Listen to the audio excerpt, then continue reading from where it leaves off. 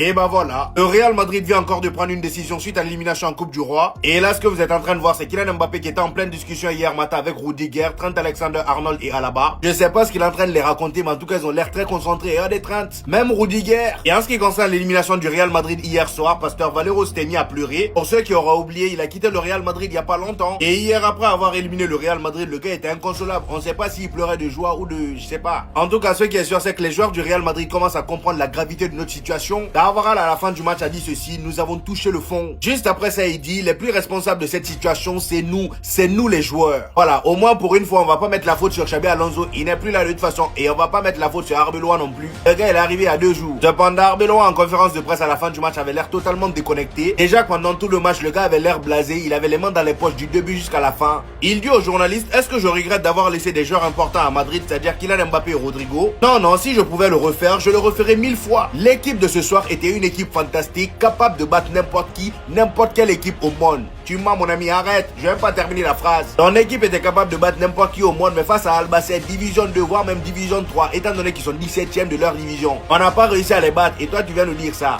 Respecte-nous, hein. Parfois, je me demande s'ils nous prennent pour des cons ou des débiles. Franchement, en tout cas, ce qui est sûr, c'est que la direction du Real Madrid a pris une décision. Ils n'accepteront pas une saison blanche. C'est mort. Selon le média El Chiringuito, une révolution dans l'équipe pourrait avoir lieu au cas où ce scénario venait à se produire. Donc voilà, si à saison blanche, il pourrait y avoir un gros remue-ménage. C'est ce qu'on attend.